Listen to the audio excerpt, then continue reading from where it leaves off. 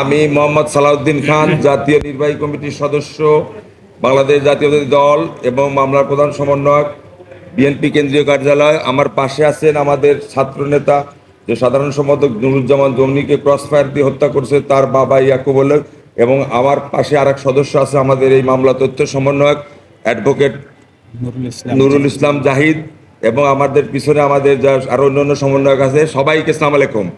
আজকে আমরা আমাদের ছাত্রনেতা, সাবেক ছাত্রনেতা নুরুজ্জামান জনি, যিনি খিলগাঁ থানার সাধারণ সম্পাদক ছিলেন, আপনার 1915 সালের 2015 সালের আপনার 19/2/2015 তারিখ সে সহ তার বন্ধু সাহেব সহ আপনার তার সঙ্গী সহ আপনি আদালতে তার বন্ধু অ্যারেস্ট হয়েছে এটা দেখার জন্য তারা জেলখানায় গিয়েছিলেন। জেলখানার থেকে ওই দিন তাকে অপহরণ করা হয় এই 19/2/2015 সালে। এই যে তাকে অপহরণ করলো, অপহরণের পরের থেকে তাকে আমরা খুঁজে পাচ্ছিলাম না। তাকে গুম করে রেখে 2 দিন পরে, অর্থাৎ 20 তারিখে, একদিন পরে 20 তারিখে ভোর রাত্রে 3টার দিকে তার বাড়ির সংলগ্নেই একটি পুকুর পাড়ে নিয়ে যায় তাকে ক্রস ফায়ারের নামে হত্যা করে। উদ্দেশ্য ছিল বিএনপির মতন একটি দলে সে যেহেতু ছাত্র দলের নেতৃত্ব দেয়, এই কারণে তার ব্যাপক জনপ্রিয়তা ছিল। তাকে যদি হত্যা করা হয় তাহলে ওই এলাকা আন্দোলন সমাবেশ কোনোটাই হবে না এবং বিএনপির মতন একটা দলকে নিশ্চিহ্ন ধ্বংস করা যাবে।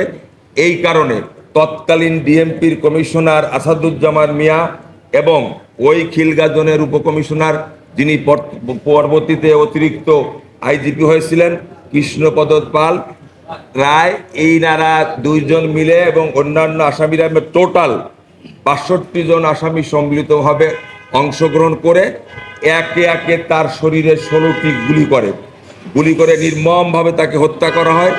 এবং এই নুরুজ্জামান জনিকে হত্যা করার পরে তার সেই সময় 7 মাসের অন্তঃসত্ত্বা তার স্ত্রী ছিলেন, তাকে সহ তার যে নির্যাতন করেছে, পরিবারের উপরে যে নির্যাতন করেছে, ওনার বিরুদ্ধে মিথ্যা মামলা দিয়েছে।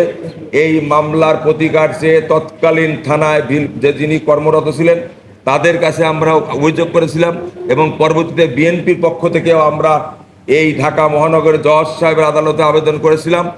এই পরপর আরও একটি আমরা আবেদন খিলগাঁ থানা করেছিলাম। কিন্তু অত্যন্ত দুঃখ পরিতাপের বিষয় যে এখন পর্যন্ত আমার বাদী এই মামলার কোনো সুরাহা পায় নাই।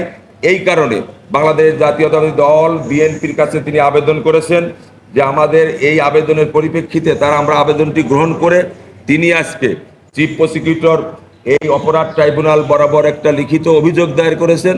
এই অভিযোগ নিয়ে আমাদের চিঠি সম্বলিত পত্র নিয়ে, তার সমস্ত পেপার কাটিং নিয়ে, সমস্ত পেপার থেকে কাগজপত্র নিয়ে আমরা প্রসিকিউটর অফিসে জমা দিলাম।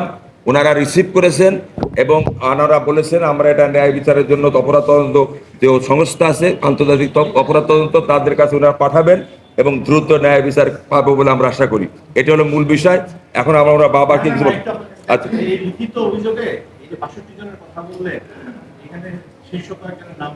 আপনার সাবেক ডিএমপির কমিশনার আসাদুজ্জামান, আপনার ওই জোনের আসাদুজ্জামান মিয়া ওই জোনেরই আবার ছিলেন উপকমিশনার, যিনি পরবর্তীতে আবার অতিরিক্ত আইজিপি হয়েছিলেন, কৃষ্ণপদ রায়। উনি বর্তমানে অবসর আছেন। তার সাথে সংশ্লিষ্ট প্রদীপ কুমার সহ, সংশ্লিষ্ট থানার ওসি সাহেব সহ, দীপক কুমার রাজ যে সবচেয়ে বেশি ভূমিকা করেছিল, এসআই দীপক কুমার সহ অন্যান্য যারা আসামি আছে, পুলিশের টোটাল আছে আপনার 14 জন, বাদ বাকি আছে হলো আপনার আওয়ামী লীগের সন্ত্রাসীরা, যারা এই তাকে ধরে দেওয়ার সহায়তা করেছিলেন এবং এই হত্যাকারী সহায়তা করেছিলেন। তাদের সহ আমরা 62 জনের বিরুদ্ধে এজাহারে নাম উল্লেখ করে আমরা অভিযোগ দায়ের করেছি। জি জি, সাবের হোসেন চৌধুরী, ঢাকা 9 এমপি।